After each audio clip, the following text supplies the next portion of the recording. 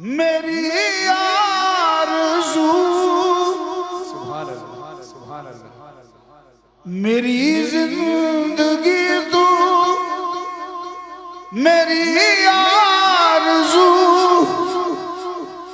میرے دل میں تو اللہ اللہ ماشاءاللہ ماشاءاللہ میری زندگی تو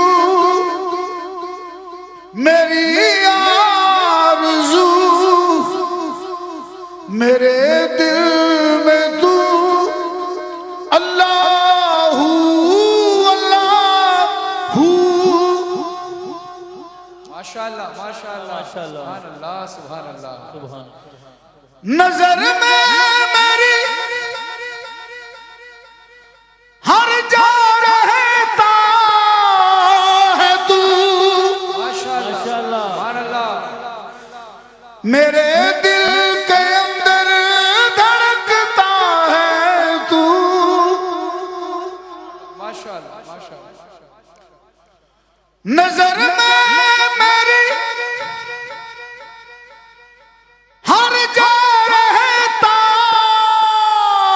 ہے تو سبحان اللہ سبحان اللہ میرے دل کے اندر دھڑکتا ہے تو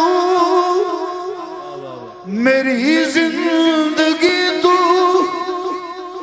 میری آرزو میرے دل میں تو اللہ اللہ سبحان اللہ پہاڑوں میں کھیتوں میں وادی میں تو تیری رونق ہر طرف کو بکو سبحان اللہ پہاڑوں میں کھیتوں میں وادی میں تو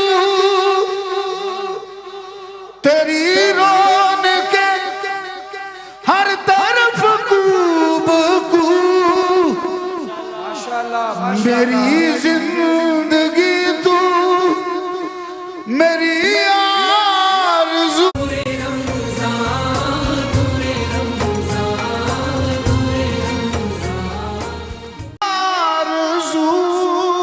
سبحان اللہ سبحان اللہ میری زندگی تو میری آرزو میرے دل میں تو اللہ اللہ ماشاءاللہ ماشاءاللہ میری زندگی تو میری آرزو میرے دل میں تو اللہ اللہ ماشاءاللہ ماشاءاللہ سبحان اللہ سبحان اللہ نظر میں میری ہر جا رہتا ہے تو ماشاءاللہ سبحان اللہ میرے دل کے اندر دھڑکتا ہے تو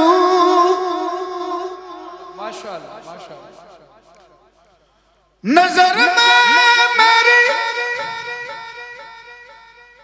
ہر جا رہتا ہے تو سبحان اللہ سبحان اللہ میرے دل کے اندر دھڑکتا ہے تو میری زندگی تو میری آرزو میرے دل میں تو اللہ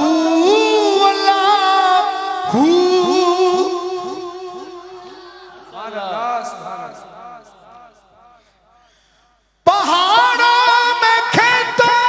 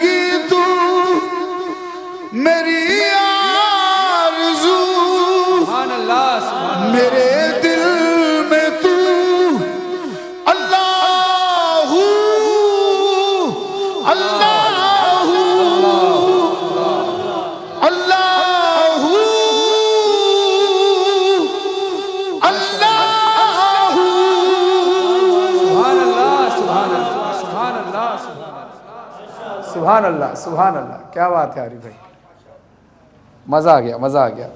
और माशाल्लाह क्या आवाज़ अल्लाह ने आपको अता की है, और इतना हाई पिच पे पढ़ना वाकई बड़ा मुश्किल काम होता है। उसी का कर्म है मेरे अल्लाह। जितनी बड़ी ज़ात उसको ज़ेबा ही है कि हम उसको ऊंची आवाज़ में ही पढ़ें।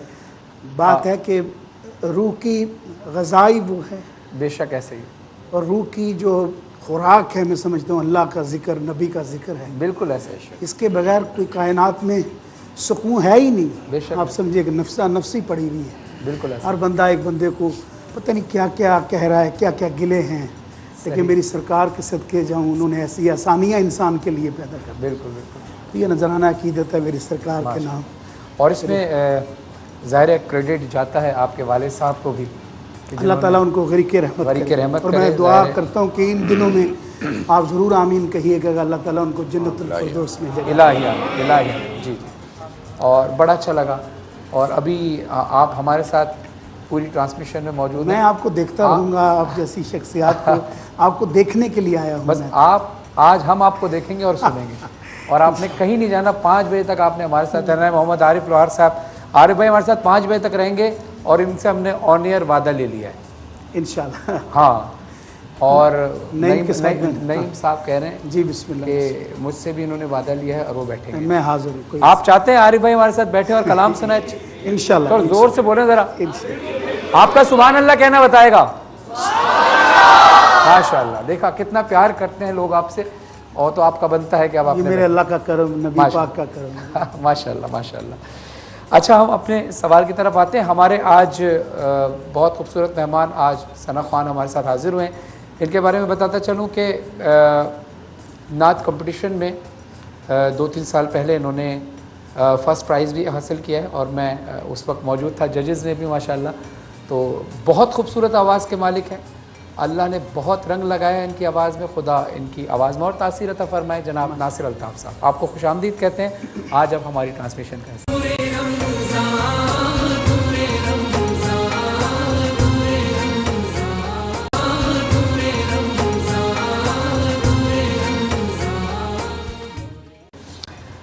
अच्छा, हम अपने सवाल की तरफ आते हैं। आरिफ कार साहब, जहाँ तहारत की बात आती है, तो ये बताइए कि गुस्ल के क्या फ़राइज़ बयान फरमाए हैं अल्लाह ताला? बिस्मिल्लाहिर्रहमानिर्रहीम। अब तहारत बातनी के बाद अब हम ज़ाहिरी पर आ रहे हैं। जी, ज़ाहिरी तहारत से मुताल्लिक ये बात तय है कि वो ज़ाहिर ही है जो नज़र आती है। उसमें 2-3 चीज़ें हैं। एक, आपका जिस्म मुताहर पाक है कि नहीं, दूसरा आपका लिबास पाक है कि नहीं, तीसरा वो जगह। फॉर एग्ज़ाम्पल आपने नमाज़ पढ़नी है, सही, आप बैठे हैं, तो वो जगह जहाँ पर आप पढ़ रहे हैं या बैठे हैं वो जगह पाक है, पाक होनी चाहिए। हाँ, ये 3 चीज़ें आती हैं ज़ाहिरी तहारत में। तो जो ज़ाहिरी तहारत है, उसकी जो बदनी तहारत है, उसके हसूल के 2 तरीके हैं। ठीक है। एक है गुस्ल और एक है वज़ू। ये चीज़ें अपना इतनी फ़रहान भाई, रिहान भाई, इतनी सर इम्पॉर्टेंट हैं। मैं एक दफ़ा डिफेंस में एक लेक्चर था, उसका उन्वान था मेराजुन नबी की साइंसी हैसियत। ये ज़रा सुनने वाली बात है। वाह, अब कितना मुश्किल और दकीक मौजू है मेराजुन नबी की साइंसी। अब वहाँ पे ख़वातीन का मजमा था, कम व बेश 250 के करीब ख़वातीन होंगी। एक हॉल था, शादी हॉल था। मेराज पर बाद में अपने मौजू पर कर रहा था, लेक्चर दे रहा था। वहाँ से बाद नमाज़ पर आई, नमाज़ फ़र्ज़ हुई थी ना मेराज पे। नमाज से बात चलती चलती वज़ू पर आ गई, और मुझे हैरत की इंतहा नहीं रही कि जब पूछा तो मुझे लगा कि ये थोड़ा सा काम ख़राब है। तो आप यकीन करें कि 250 में से 5 या 7 ख़वातीन थी, अगर मैं भूल रहा हूँ तो अल्लाह माफ़ करे, जिनको वज़ू और गुस्ल के फ़र्ज़ आते थे। आप अंदाज़ा कर लें, ये हाल है। और अर्श मुअल्ला पे हम जाते हैं जनाब इशाक में, बुनियादी चीज़ें हमारी देखनी ज़रूरी हैं। मैं जूम लेना और थोड़ा सा कर लेना ये असल चीज़ नहीं है, बिल्कुल ऐसे। असूल क्लियर होने ज़रूरी है। जब हम गुस्ल बदनी तहारत पर आते हैं तो बदनी तहारत 2 तरह से होती है, एक है गुस्ल और एक है वज़ू। गुस्ल के 3 फ़र्ज़ हैं, ये नशीरा। पहला फ़र्ज़ ये है, अब गुस्ल वाजिब कैसे होता है हम सबको मालूम है। गुस्ल के 3 फ़र्ज़ हैं। पहला फ़र्ज़ है कुली करना, इस हद तक कुली करना कि ये जो आपकी करी हड्डी है अंदर की, उस तक अच्छी तरह से पूरा अंदर का हर शय धुल जाए। 3 दफ़ा करना सुन्नत है, सही, ठीक है। उसमें आप गरारा कर लें, अगर वज़ू अगर आपका रोज़ा नहीं है तो फिर तो अच्छे तरीके से गरारा कम से कम 3 बार। हाँ, अच्छा। दूसरा फ़र्ज़ है गुस्ल का ناک میں پانی ڈالنا، اتنا پانی ڈالنا کہ آپ کی اس ہڈی تک اس کی گیلا پن محسوس ہو، اور اچھے طریقے سے ناک کو صاف کرنا۔ تیسرا غسل کا فرض ہے کہ پورے جسم کو سر سے پاؤں تک اچھے طریقے سے دھونا، اور اس یقین کے ساتھ دھونا کہ کوئی بھی حصہ خشک نہیں رہے، یوں ہمارا غسل پورا ہوتا ہے۔ اچھا، اب ایک دفعہ کریں گے تو غسل ہو جائے گا، نفس سے مسئلہ ہو جائے گا، لیکن اگر 3 دفعہ کریں گے تو سنت کے مطابق شک کی گنجائش بھی نہیں رہے گی۔ اور ہاں نہیں، اب شک کی جہاں پر آتی ہے تو ایک اصول ہے فقہ کا، کہ فقہ کا ایک اصول ہے تمام مکاتب میں، کہ جو شک ہے وہ یقین کو زائل نہیں کرتا۔ صحیح، آپ نے اس میں پڑھنا ہی، ایک دفعہ ہو گیا تو اب اس چکر میں نہیں جانا کہ اب یہ یہ اکثر لوگ کرتے ہیں، اکثر لوگوں کے ساتھ ہو جاتا ہے۔ مثال کے طور پر وہ اگر ناک میں پانی ڈال رہے ہیں تو ڈالے جا رہے ہیں، پھر دوبارہ وضو کرتے ہیں کہ یار مجھ سے 3 بار ڈال دیا، وہ اس کی ضرورت نہیں، یہ یقین اگر نہا رہے ہیں تو نہائے جا رہے ہیں۔ صحیح مسلم میں حدیث ہے، حضور صلی اللہ علیہ وسلم سے کسی نے پوچھا کہ کیا اگر مجھے وضو کا شک ہے تو میں اس سے نماز پڑھوں کہ وضو کا اعادہ کروں؟ تو آپ نے فرمایا شک یقین کو زائل نہیں کرتا، چھوڑو، ان شکوک میں الجھنے کی ضرورت ہی نہیں، واہ، بالکل اس کو سائڈ پہ رکھ لیں۔ یہ بڑا خاص ذہن نشیدہ مسئلہ ہوتا ہے اکثر لوگوں کے ساتھ، وہ اتنا کانشیس ہو جاتے ہیں کہ وہ بعد میں سوچ رہے ہوتے ہیں۔ علامہ ابن جوزی ایک بہت بڑے محدث ہیں، مفسر ہیں، انہوں نے کتاب لکھی ہے تلبیس ابلیس، تلبیس ابلیس، یعنی ابلیس کس طریقے سے ہمیں دھوکے میں ڈالتا ہے یا ہمیں فریب دیتا ہے۔ اس میں ایک چیز یہ ہے کہ وہ ان چیزوں سے متعلق جو ٹھیک ہوتی ہیں ہمیں وہم میں مبتلا کر دیتا ہے اور ہم ان کے پیچھے لگے، اور انسان اس سے اکثر بدظن ہو جاتا ہے، بار بار کرتا ہے۔ ان میں نہیں پڑھنا پہلی بار۔ اب غسل پر وضو پر آ جائیں۔ دوسری جو بدن ظاہری طہارت کا حصہ ہے وہ ہے وضو۔ وضو کے 4 فرض ہیں، وَإِذَا قُمْتُمْ إِلَى الصَّلَاةِ فَاغْسِلُوا وُجُوهَكُمْ وَأَيْدِيَكُمْ إِلَى الْمَرَافِقِ وَامْسَحُوا بِرُؤُوسِكُمْ وَأَرْجُلَكُمْ إِلَى الْكَعْبَيْنِ۔ 4 فرض ہیں، قرآن مجید نے بیان کر دیے ہیں۔ اس کے علاوہ اس کے جس مکاتب میں جو کچھ ہے وہ سنت یا مستحبات میں، فرض 4 ہیں جو قرآن مجید نے بیان کر دیے ہیں۔ پہلا فرض وضو کا یہ ہے کہ پورے چہرے کو اچھے طریقے سے دھونا، اور چہرے کی شرعی تعریف یہ ہے کہ یہ جو ماتھے پہ بال اگنے کی جگہ ہے، یہ ہمارے سامعین بھی توجہ سے سن لیں، بال اگنے کی جگہ ہے، یہاں سے لے کر یہ جو کان کی لو ہے، اس سے یہ جو دائرہ بنتا ہے اس کو شرن چہرہ کہتے ہیں۔ ٹھیک ہو گیا؟ تو چہرے کو 3 دفعہ دھونا سنت ہے، 1 دفعہ دھونے سے ہو جائے گا، لیکن ترک سنت ہوگا۔ سب سے پہلا ہے وَإِذَا قُمْتُمْ إِلَى فَاغْسِلُوا وُجُوهَكُمْ وَأَيْدِيَكُمْ إِلَى الْمَرَافِقِ، کوہنیوں تک بازو کو دھونا، یہ دوسرا فرض ہے غسل کا، وضو کا، کوہنیوں تک بازو کو دھونا، یہ وضو کا دوسرا فرض ہے، اور اچھے طریقے سے دھونا تاکہ کوئی حصہ نہ رہے۔ تیسرا فرض ہے سر کا مسح کرنا۔ اس میں مختلف نقطۂ نظر ہیں ائمہ اربعہ میں، ائمہ خمسہ میں۔ کچھ کہتے ہیں جی 1/4 سر کا مسح ہو جاتا ہے، پورے سر کا مسح ہو جاتا ہے، آدھے سر کا مسح ہو جاتا ہے، سر کا مسح فرض ہے، تیسرا نقطہ۔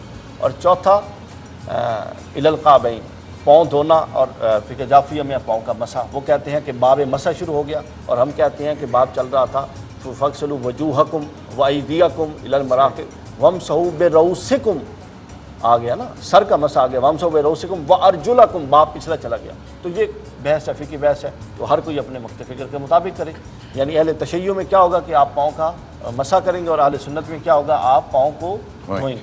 یہ 4 فرض ہیں۔ علاوہ اس کے اب جب ہم کلی کرتے ہیں، اس کے بعد ناک میں پانی ڈالتے ہیں، یہ ساری سنتیں ہیں، جو طریقہ ہے جو نبی کریم صلی اللہ علیہ وسلم سے ثابت ہے اور آپ صلی اللہ علیہ وسلم نے کر کے دکھایا۔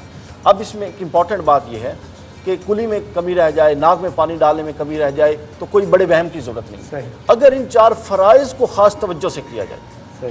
مثلا ایک آپ کے وقت ہے، آج کل پاکستان میں ہم ہمیشہ انرجی کرائسس کا شکار رہتے ہیں، لوڈ شیڈنگ ہے، پانی نہیں ہے، اتنا مختصر پانی ہے کہ آپ اس سے وضو بمشکل کر سکتے ہیں، تو آپ صرف فرائض پر توجہ دیں، کلی پر، ناک میں ڈالنے پر، اور ان چیزوں میں نہ جائیں۔ اچھا، ایک چیز میں اور تاکہ ظاہر ہے ہمارے اس ٹرانسمیشن کے توسط سے لوگوں تک یہ بات پہنچنی چاہیے، بہت سارے لوگوں کو یہ باتیں پتہ نہیں ہوتی۔ آپ دونوں صاحبان سے میں چاہوں گا کہ اس پہ روشنی ڈالیں کہ اگر اس میں کوئی فقہ اختلافات ہیں، اگر فقہ جعفری فقہ ہے، اختلاف نہیں ہوتے، آرا مطلب جو بتایا جاتا ہے، نقطۂ نظر۔